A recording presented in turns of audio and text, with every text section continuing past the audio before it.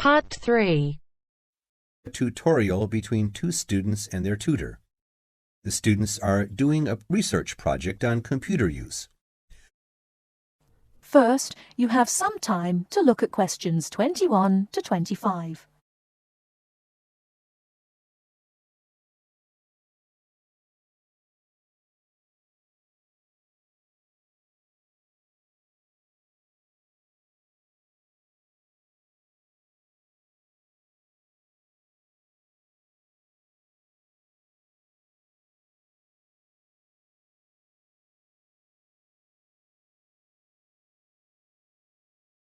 Now, listen carefully and answer questions 21 to 25.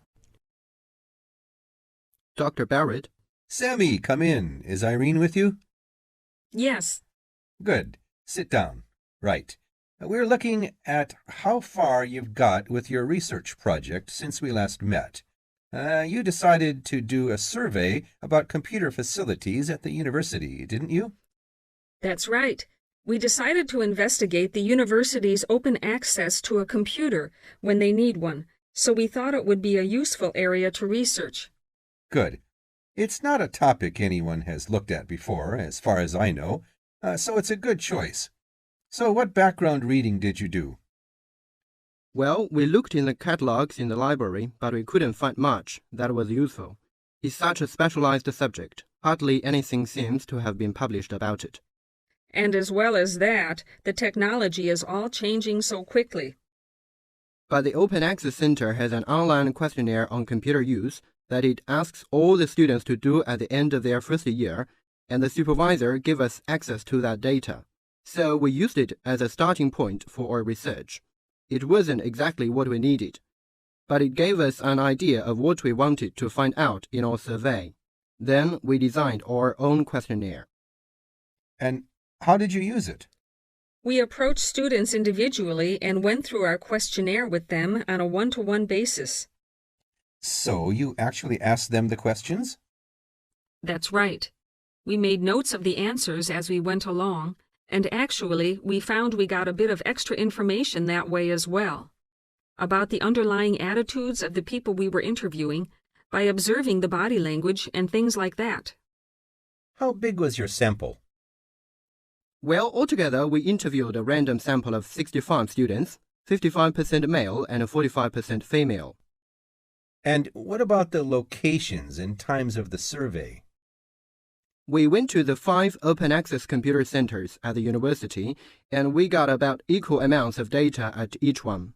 It took us 3 weeks. We did it during the week, in the day and in the evenings. Not the weekends? No. So, presumably, your respondents were mostly full-time students. Yes. Oh, you mean we should have collected some data at the weekends from the part-time students? We didn't think of that. Okay. It's just an example of how difficult it is to get a truly random sample. So, how far have you got with the analysis of results? Well, everyone agrees there was a problem, but we're more interested in what they think should be done about it. The most popular suggestion was for some sort of booking system. About 77% of the students thought that would be best. But there were other suggestions. For example, about 65% of people thought it would help if the opening hours were longer, like 24 hours a day. Before you hear the rest of the talk, you have some time to look at questions 26 to 30.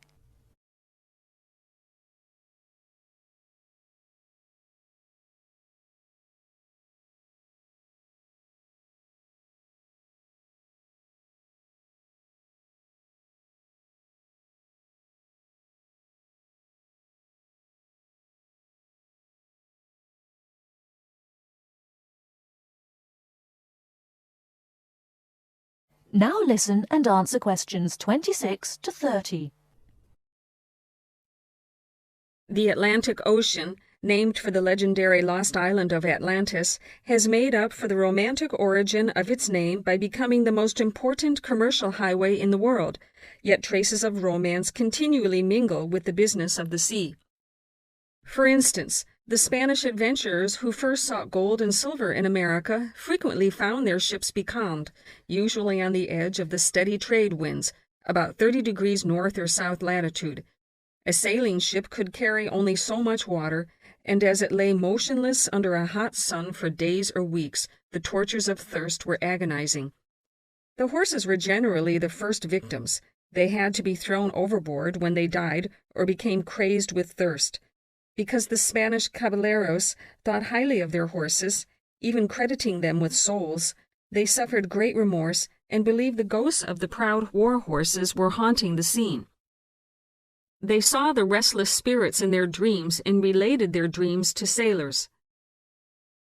Whenever the mariners passed that way, they would see in the spray or clouds images of wild horses bearing down on them.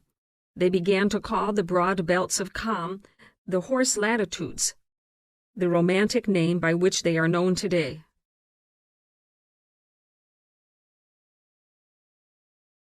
That is the end of Part 3. You now have half a minute to check your answers.